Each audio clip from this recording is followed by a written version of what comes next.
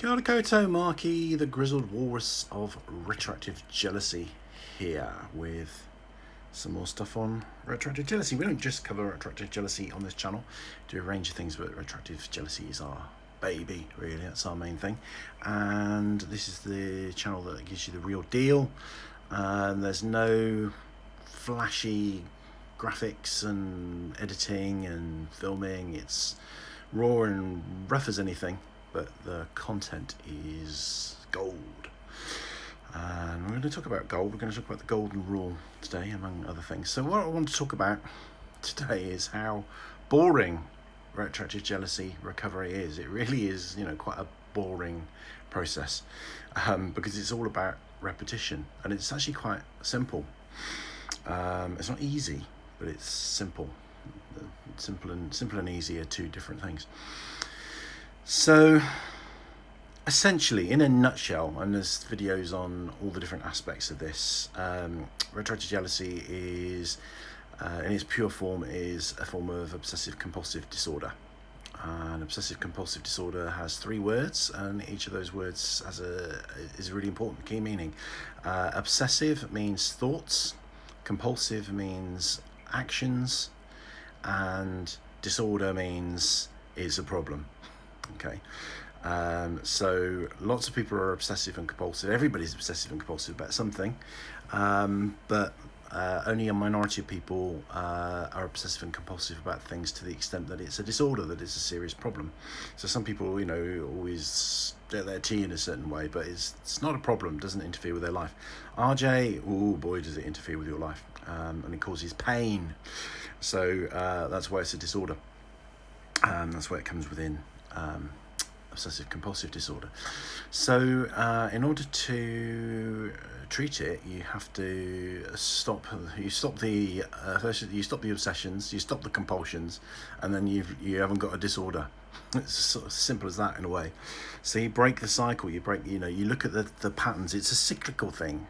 It begins with one thing, progresses to another, and then the whole thing is rinse and repeat. So the first thing is to stop doing the behaviours.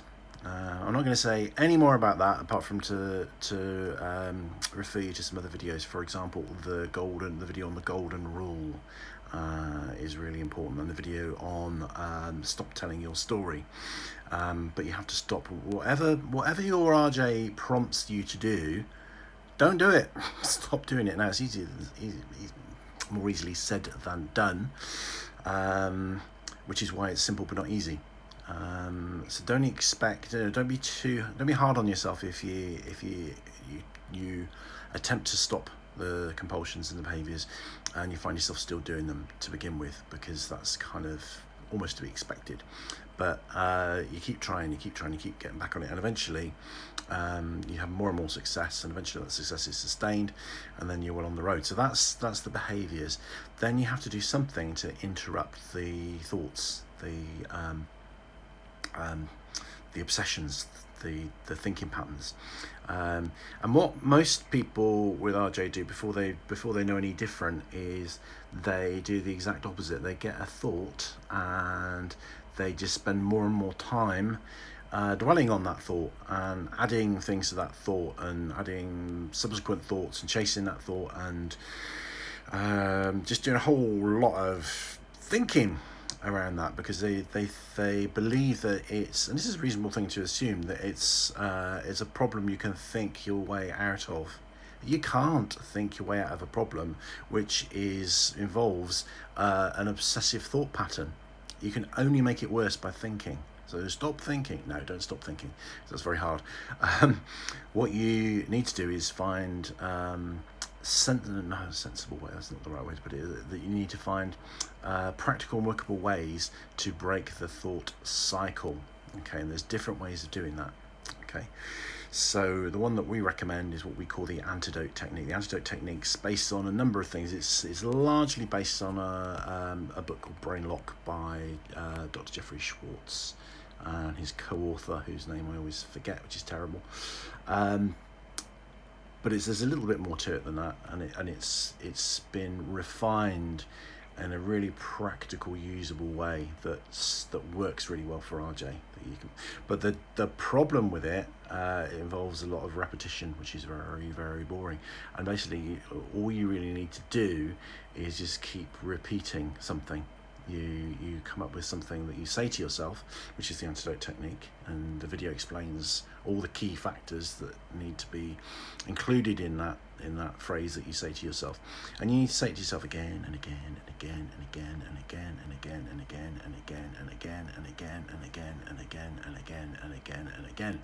You don't stop when you get fed up with it. You don't stop when you've done it 50 times. You don't stop when you've done it 500 times. You do it every time you get a retroactive jealousy thought come into your head. Every time. Did I say every time? Every time. Every single time. And that's one of the reasons it needs to be quite kind of short and snappy, so that you can still say it to yourself in your head while you're in mid-conversation or you're doing something. You don't want to kind of, it can't be something that's elaborate, that's it's not, it's not like a piece of prose. And that is the essence of retroactive jealousy recovery. I do believe in a holistic program, so I think there are lots of things that can support and supplement and enhance recovery, and you can approach it from 100 million different ways. Lots of hyperbole in this video. But essentially that's the process, and it's boring, okay? So, but then, I think the question we need to ask is, how important is it to you to get rid of your retroactive jealousy? Because there does seem, and this is, I think, is part of the symptomology of retroactive jealousy, is that people don't seem to be very willing to give very much in order to let go of it. And I think the main reason for that is we think we can outthink it. We think we can think our way out of retroactive jealousy, and all we need is somebody to kind of tell us something, to share, somebody that's already thought of the answer, that shares that thought with us, and then the thought will cure us. And anything else is like too much, or it's not maybe even that it's too much, it's just that that's not what we're expecting. We're expecting an answer. We're expecting an answer to cure the retroactive jealousy, but it's never cured by an answer. It's cured by bloody hard work and boring, sludging work. So when you're really struggling with something, just go back to the same old. Don't reinvent the wheel. Don't think, I'll do something completely different. Add things in by all means. Like, for example, yoga. Great. Add some yoga in, but don't think to yourself, right, my strategy, which is, the primary strategy, which is targeting the behaviors and targeting the thoughts, do not abandon that under any circumstances. That's like your life raft.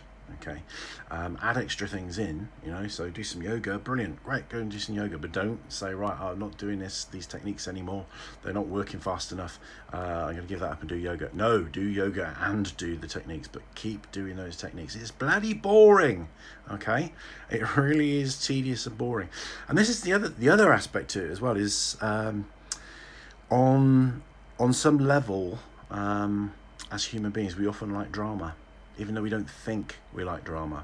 Particularly if you suffer with something like ADHD, where the dopamine receptors aren't working properly and everything feels a little bit dull.